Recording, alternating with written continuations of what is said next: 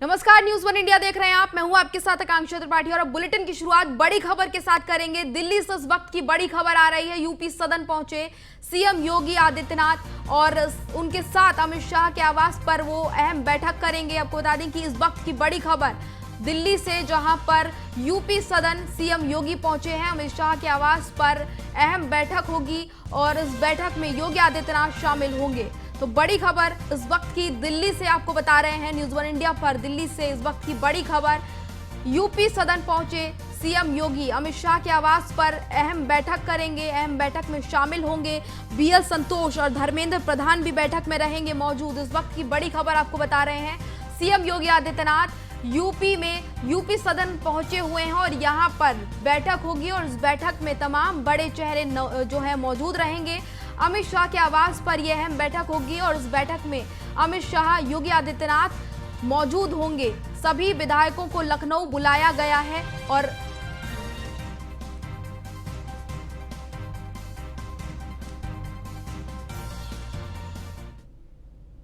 इसी खबर पर हमारे साथ प्रिया राणा संवाददाता दिल्ली से लाइव जुड़ी हुई हैं। प्रिया, क्या कुछ हलचल दिल्ली में देखने को मिल रही है? जी बिल्कुल, देखिए अभी हम यूपी सदन के बाहर हैं। कुछ ही देर पहले मुख्यमंत्री योगी आदित्यनाथ यहां पर पहुंचे हैं। वहीं अभी 8 बजे लगभग वो यहां से रवाना होंगे अमित शाह के आवास के लिए, जहां पर जिस बैठक का लंबे समय से इंतजार था वो बैठक वहां पर होगी। वहीं अगर हम बात करें अमित शाह के यहां पर बैठक में बीएल संतोष, गृह मंत्री राजनाथ सिंह और अमित शाह भी वहां पर शामिल होंगे। वहीं कयास लगाए जा रहे हैं कि जो लगातार मंत्रिमंडल के विस्तार की जो बात कर रही है, तो शायद कुछ बदलाव वहां पर देखने को मिले, क्योंकि बीजेपी ने प्रचंड बहुमत नहीं हासिल की है, तो उसमें वो लगातार कोई भी कमी पेशी नहीं रखना चाहती है। लगातार औपचारिक बैठक का ऐलान पहले से ही किया जा रहा था। अभी 8 बजे वो अमित शाह के आवास पर पहुंचेंगे और वहां पर वो बैठक शुरू होगी। देखने वाली बात होगी कि क्या कुछ वहां से नया वहां से निकल कर आएगा। जी, कितनी देर तक ये जो बैठक है चलने वाली है और कब इस बैठक की शुरुआत होगी? जी बिल्कुल, देखिए अभी हम यूपी सदन के बाहर हैं। लगभग 6 बजे मुख्यमंत्री योगी आदित्यनाथ देहरादून से सीधे उत्तर प्रदेश सदन में यहाँ पर पहुँचे हैं और लगभग कयास लगाए जा रहे हैं कि 8 बजे वो यहाँ से अमित शाह के आवास के लिए रवाना होंगे। वहाँ पर जो है फिर मीटिंग शुरू होगी और लगभग मीटिंग जो है 1 से 2 घंटा चल सकती है, क्योंकि मंत्रिमंडल के विस्तार को लेकर मीटिंग होनी है, तो शायद लंबा समय भी उसमें लग सके। वहीं बड़े बड़े नेता उसमें शामिल होने जा रहे हैं। वहीं अगर हम बात करें तो अमित शाह के तो आवास पर भी वो मीटिंग है, वहीं राजनाथ सिंह भी वहाँ पर होंगे, बीएल संतोष भी वहाँ पर होंगे। तो अब देखने वाली बात होगी क्योंकि अगर हम बात करें तो पहले से ही बीजेपी ने अपनी लिस्ट जारी कर दी है। वहीं अगर कयास लगाए जा रहे हैं तो उप मुख्यमंत्री को लेकर लगाए जा रहे हैं, तो उप मुख्यमंत्री में शायद वो दोबारा से जो पहले मुख्यमंत्री हैं, उप मुख्यमंत्री दिनेश शर्मा, केशव प्रसाद मौर्य, उन्हीं को दोबारा से एक बार चेहरा देने की कोशिश करें। लेकिन क्या कुछ मंत्रिमंडल में नया विस्तार से देखने की चीज़ होगी, क्योंकि कुछ ही देर में ये तस्वीर साफ हो जाएगी कि अमित शाह के यहाँ पर जो बैठक होनी है उसमें क्या कुछ नया निकल कर आता है। जी प्रिया, तो जब से जीत दर्ज की है तब से ही लगातार मंथन का जो दौर है, लगातार ही बैठकों का जो दौर है वो लगातार जारी है और अभी भी बैठकें लगातार चल रही हैं। 25 तारीख को शपथ ग्रहण होना है, उससे पहले अभी तक भी मीटिंग्स का जो दौर है वो चल रहा है। तो क्या लगता है कि इस मीटिंग का मेन मुद्दा क्या हो सकता है और किस मुद्दे पर यहाँ पर चर्चा होगी, किस बारे में यहाँ पर जो है मंथन होगा?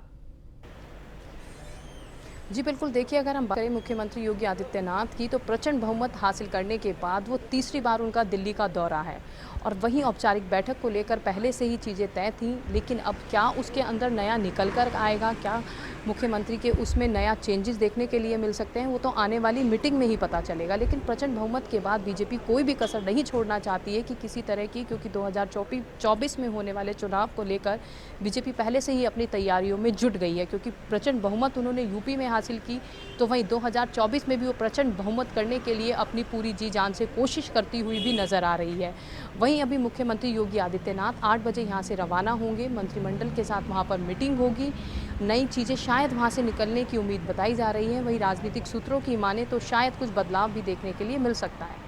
जी प्रिया, यूपी सदन योगी आदित्यनाथ पहुंचे हुए हैं, क्या लगता है कि फिर वो कब यहां से वापस जाएंगे और क्या रात्रि विश्राम की भी यहां पर कोई चर्चा है कि रात में वो कहां रुकने वाले हैं या फिर वापस लखनऊ चले जाएंगे?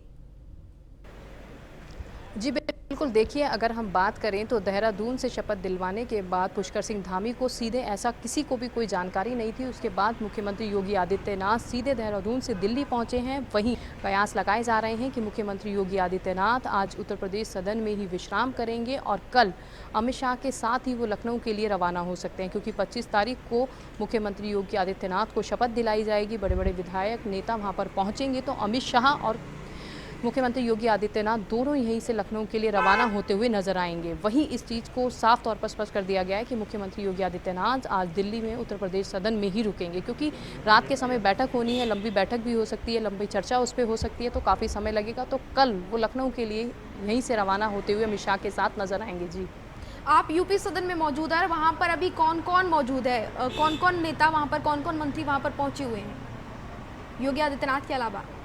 देखिए बिल्कुल देखिए, अभी यहाँ पर अंदर मीटिंग चल रही है। ये तस्वीर साफ नहीं है कि अंदर कौन से मंत्री पहुँचे हैं। कुछ ही लगभग 6 बजे के करीब मुख्यमंत्री योगी आदित्यनाथ यूपी सदन पहुँचे हैं। कुछ ही देर वो यहाँ पर विश्राम करेंगे। लगभग 8 बजे का समय बताया जा रहा है जब वो यहाँ से रवाना होंगे। वहीं अगर हम बात करें अमित शाह के बाद शायद वो पीएम मोदी से भी मुलाकात करते हुए नज़र आ सकते हैं।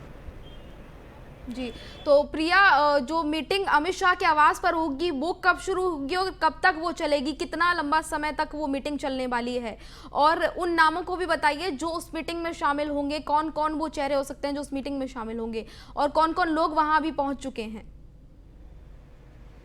देखिए बिल्कुल, वहाँ पे उनके कार्यकर्ताओं का जो हैं अमित शाह के आवास के बाहर राजनीतिक सूत्रों की माने तो वहाँ नज़र आ रहे हैं। वहीं अगर हम मीटिंग की बात करें तो 8 बजे मुख्यमंत्री योगी आदित्यनाथ यहाँ से रवाना होंगे। कुछ ही देर में वो अमित शाह के आवास पर पहुँचेंगे। वहाँ पर अमित शाह, गृह मंत्री राजनाथ सिंह, अमित शाह, BL संतोष और शायद और भी बड़े नेता जो हैं उस मीटिंग में शामिल होते हुए नज़र आ सकते हैं, क्योंकि लंबी चर्चा है। पहले से ही औपचारिक बैठक तय थी, लेकिन क्या कुछ मंत्रिमंडल के विस्तार को लेकर चर्चा होनी है? तो अगर मंत्रिमंडल के विस्तार को लेकर चर्चा होगी तो शायद वो मीटिंग लंबी भी चलती हुई नज़र आ सकती है। उसके बाद शायद पीएम मोदी से भी मुलाकात का समय उनका तय नहीं है अभी, लेकिन कयास लगाए जा रहे हैं कि पीएम मोदी से भी वो मुलाकात करते हुए नज़र आएंगे। जी प्रिया, ये जो अचानक से दौरा हुआ है योगी आदित्यनाथ का, ये पहले से तय नहीं था? वो शपथ ग्रहण में पहुंचे हुए थे और वहां से सीधा दिल्ली आए हैं, तो क्या मायने इसके निकलकर सामने आ रहे हैं? देखिए, मायने साफ तौर पर तय हैं कि पहले से कोई भी प्रोग्राम उनका तय नहीं था। एकदम अचानक से आ जाने से यही कयास लगाए जा सकते हैं कि मंत्रिमंडल में विस्तार देखने के लिए हमें मिल सकता है। क्योंकि हम बात करें तो जैसे कि उत्तराखंड में हमें देखने को मिला था कि पुष्कर सिंह धामी के चेहरे पर कोई भी मोहर नहीं लग पा रही थी। लगातार मीटिंग अमित शाह के आवास पर हो रही थी, क्योंकि पर्यवेक्षक वो हैं। तो लगातार यही कयास लगाए जा रहे हैं कि उप मुख्यमंत्री शायद तीसरा भी कोई बनता हुआ नजर आए। लेकिन पहले ही 2 चेहरे बीजेपी के पास पहले ही हैं, केशव प्रसाद मौर्य और दिनेश शर्मा। तो शायद वो पार्टी में बने रह सकते हैं, उप मुख्यमंत्री का दर्जा उन्हें दिया जा सकता है। वहीं सूत्रों की माने तो शायद तीसरा चेहरा भी कोई निकल के आ सकता है। वहीं हम बात करें तो शायद बीजेपी नए चेहरों को भी एक मौका दे सकती है, क्योंकि लगातार वो अपनी 2024 की तैयारी भी कर रही है और 2022 में उन्होंने प्रचंड बहुमत हासिल कर ली है। तो किसी भी तरह की कसर बीजेपी छोड़ती हुई नजर नहीं आ रही है। जी प्रिया, अचानक से ये दौरा ये बताता है कि क्या कुछ बहुत ख़ास वहाँ पर होगा, कुछ बहुत ख़ास मीटिंग होगी और कुछ खास मंथन वहाँ पर हो रहा होगा, तभी अचानक से योगी आदित्यनाथ वहाँ पर पहुँचे हुए हैं। तो क्या लगता है कि जो चेहरे हैं जिनका नाम चल रहा था मंत्रिमंडल के लिए, क्या उनमें कुछ बदलाव या फिर कुछ फेरबदल या फिर किसी नए नाम को जोड़ा जा सकता है, उसको लेकर ये चर्चा है जिसकी वजह से ये मीटिंग बुलाई गई है? जी बिल्कुल, देखिए अचानक से दौरा तो साफ तौर पर यही कह रहा है कि शायद मंत्रिमंडल में कुछ बदलाव देखने के लिए मिल सकता है, क्योंकि रात का समय हो चुका है और देहरादून से सीधे मुख्यमंत्री योगी आदित्यनाथ यहाँ पर पहुँचे हैं। तो शायद मंत्रिमंडल के विस्तार में कुछ बदलाव देखने के लिए मिल सकता है। वहीं और चर्चा में बड़े बड़े नेता भी शामिल हो रहे हैं, तो कुछ तो बदलाव संभावित होता हुआ नज़र ही आ रहा है। जी, तो प्रिया, मतलब ये यहाँ पर मीटिंग बुलाई गई है और तमाम जो बड़े चेहरे हैं बीजेपी के वो इस मीटिंग में शामिल होंगे। प्रिया हमारी संवाददाता दिल्ली से लगातार अपडेट दे रही थी पूरी इस मामले की। प्रिया, चलिए, तमाम जानकारी के लिए बहुत बहुत धन्यवाद आपका। खबरों में आगे बढ़ेंगे। यूपी के कुंडा से विधायक रघुराज प्रताप सिंह उर्फ राजा भैया के करीबी और निब परिवर्तन MLC अक्षय प्रताप सिंह उर्फ गोपाल जी को स्पेशल कोर्ट ने 7 साल जेल की सजा सुनाई है। इसके साथ ही उन पर 10,000 रुपए का जुर्माना भी लगाया है।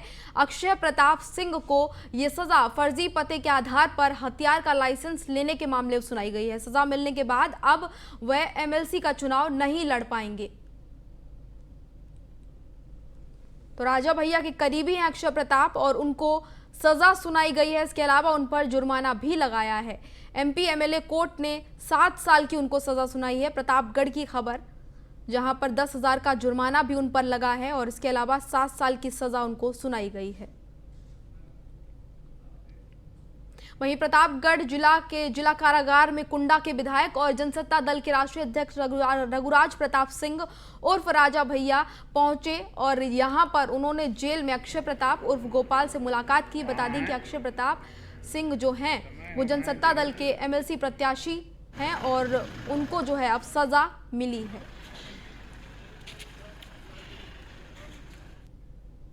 अमेठी में गायत्री प्रजापति के बेटे पर 24 घंटे के अंदर दूसरा मुकदमा दर्ज किया गया है। मामला एमएलसी चुनाव से खरीद फरोख्त से जुड़ा हुआ है। आपको बता दें कि रुपए के लेन देन का ऑडियो वायरल होने के बाद जगदीशपुर थाने में अनिल प्रजापति समेत 3 लोगों पर पहला मामला दर्ज किया गया था, जिसके बाद अब मुसाफिरखाना थाना क्षेत्र में बीडीसी की जो रुपए देने को लेकर बीडीसी ने जब मना किया और उस पर गाली गलौज किए जाने और जान से मारने की धमकी का केस दर्ज किया गया है। तो 24 घंटे में दूसरा मामला दर्ज हुआ है। ये गायत्री प्रजापति के बेटे पर एमएलसी चुनाव में खरीद फरोख्त से जुड़ा मामला था। ये यूपी में योगी के बुलडोजर का खौफ दिखने लगा है। इसका ताजा मामला जो है, ताजा मिसाल जो है पेश कर रहा है प्रतापगढ़ शहर, जहां पर देखने को मिला है ये नया मामला, जहां रेलवे स्टेशन परिसर स्थित शौचालय में महिला से दुष्कर्म का आरोपी बुलडोजर के भय से पुलिस की पकड़ में आ गया है। आपको बता दें कि आरोपी शुभम के परिवार वालों पर बहुत दबाव बनाया गया, लेकिन वो पुलिस के हाथ नहीं आ रहा था। आखिरकार पुलिस ने रविवार रात कोतवाली पुलिस बुलडोजर लेकर शुभम के घर पहुंची और सामने खड़ा कर दिया। की चेतावनी दी गई और आपको बता दें कि चेतावनी दी गई कि अगर सोमवार की सुबह 6 बजे तक आरोपित जो है शुभम उसने सरेंडर नहीं किया तो घर उसका गिरा दिया जाएगा। इस चेतावनी का असर देखने को मिला और सोमवार की सुबह जो शुभम है वो पुलिस के पास आ गया और पुलिस ने उसको गिरफ्तार कर लिया। आरोपी को पुलिस ने फिलहाल गिरफ्तार कर लिया है और आगे की कार्रवाई जो है पुलिस ने शुरू कर दी है। तो योगी आदित्यनाथ के बुलडोजर का खौफ यहां पर देखने को मिला है।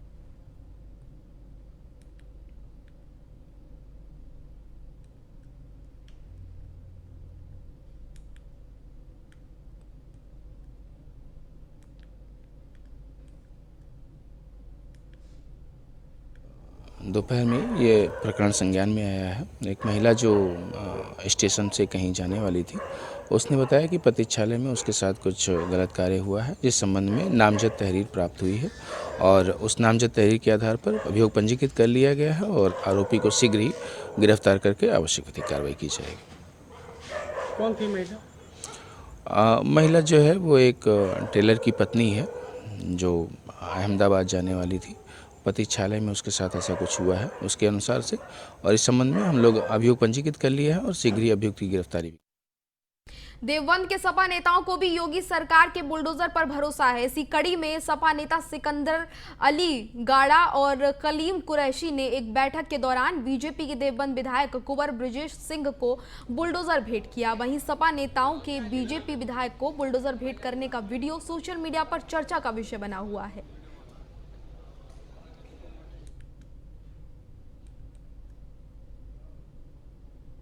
हरदोई में सपा एमएलसी प्रत्याशी ने अपना पर्चा वापस ले लिया। बीजेपी प्रत्याशी अशोक अग्रवाल निर्विरोध निर्वाचित हो गए। अशोक अग्रवाल के बेटे संचित अग्रवाल ने इसकी जानकारी दी है। हरदोई का ये मामला है जहां पर बीजेपी प्रत्याशी अशोक अग्रवाल निर्विरोध निर्वाचित हुए हैं।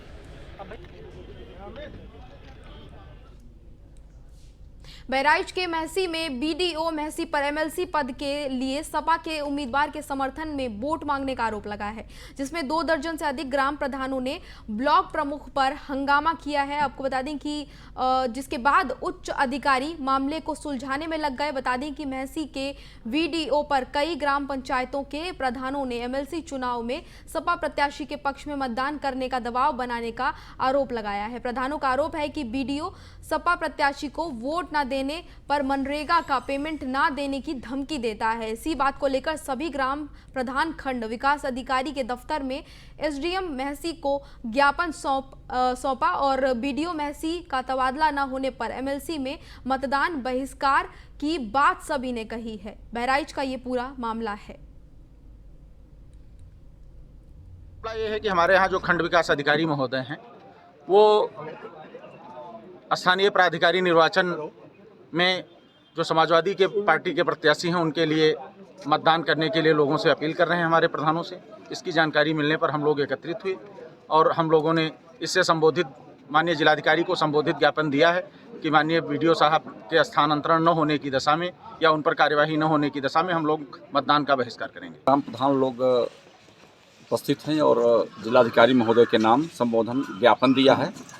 इस ज्ञापन को मैं जिलाधिकारी महोदय के पास प्रेषित कर रहा हूँ। किस संबंध में ज्ञापन है, क्या मामला है?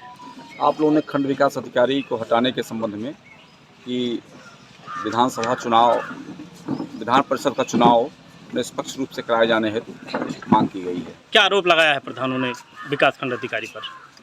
आरोप लगाया है कि आप जो है निष्पक्ष चुनाव नहीं होने दे रहे हैं, इसलिए ये लोग जो है कह रहे हैं कि हम लोग जो है ब्लॉक बंद कराएंगे।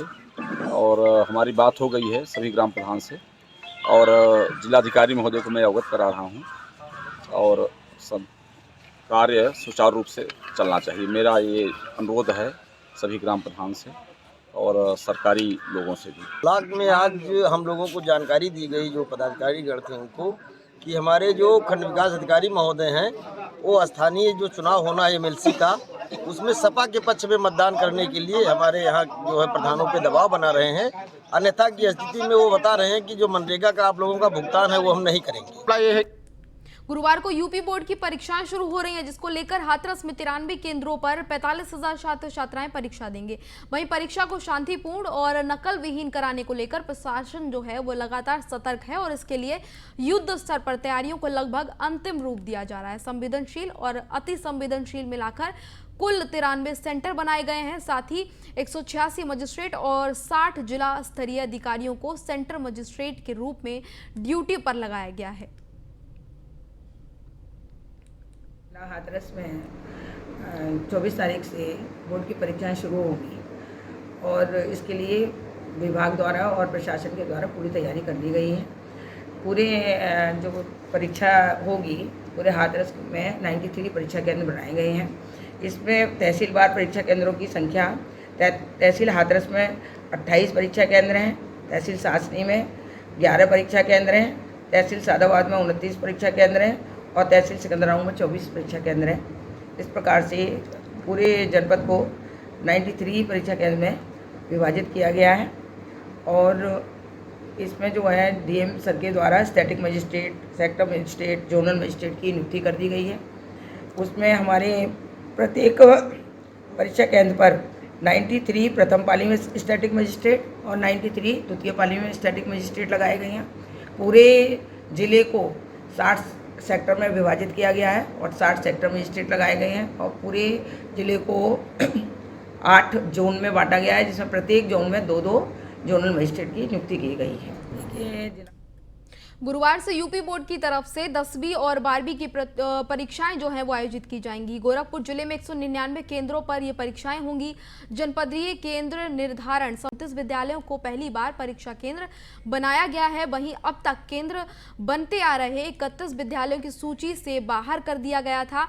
13 जनवरी तक कुल 151 आपत्तियों में से 47 माध्यमिक विद्यालयों ने केंद्र बनाए जाने, 5 ने परीक्षा केंद्र हटाए जाने तो 14 विद्यालयों ने छात्र संख्या अधिक आवंटित किए जाने की सरीखी आपत्तियां जो हैं वो दर्ज कराई थी। जनपदीय केंद्र निर्धारण समिति के 17 जनवरी को आयोजित बैठक में आपत्तियों पर विचार विमर्श हुआ और उसके बाद सभी आपत्तियों की जांच के बाद 199 केंद्रों को अंतिम रूप दिया गया, जिसके बाद जिला विद्यालय निरीक्षक ने सूची को बोर्ड की वेबसाइट पर अपलोड कर दिया है। जिले में 2022 की हाई स्कूल और इंटर की परीक्षा में 1,27,586 परीक्षार्थी शामिल होंगे। के बाद यूपी बोर्ड की परीक्षा शुरू हो रही, बच्चे बैठ करके परीक्षा देंगे और अपने सेंटर पर देंगे। खासतौर से किस तरह की तैयारी की गई है और किस तरह की व्यवस्था की जा रही है, क्योंकि बच्चे नकल विहीन परीक्षा कर सकें और अच्छे अंक प्राप्त कर सकें। हमारे साथ बात करने के लिए मौजूद है एक स्कूल के प्राचार्य, इनसे जानेंगे किस तरह की व्यवस्था की गई है। व्यवस्था बिल्कुल चाक चौबंद है। सारे कमरों में डेस्क बेंच इत्यादि लगा दिया गया है और कैमरे और वॉइस रिकॉर्डर दोनों तरफ लगा दिए गए हैं। बिल्कुल परीक्षा नकल विहीन होगी, परीक्षा की शुचिता के साथ कोई समझौता नहीं होगा और जिस तरह का सरकार का दिशा निर्देश है उस दिशा निर्देश का पालन करते हुए बिल्कुल नकल विहीन परीक्षा कराई जाएगी। अभी आप देख रहे हैं कि प्राचार्य ने कहा कि सरकार के मंशा के अनुरूप हम परीक्षा कराने के लिए तत्पर तैयार हैं। बस चंद समय बचे हैं जो बच्चे अपने अपने सेंटर पर पहुंचेंगे और सुचारू रूप से परीक्षा देंगे। खासतौर से तैयारी पूरी कर ली गई है। मॉनिटरिंग सीसीटीवी कैमरे और वॉइस रिकॉर्डर के जरिए की जाएगी। Harendra Dubey, news on India, Gorakhpur. तो बुलेटिन में फिलहाल इतना ही। मुझे दीजिए इजाजत। नमस्कार।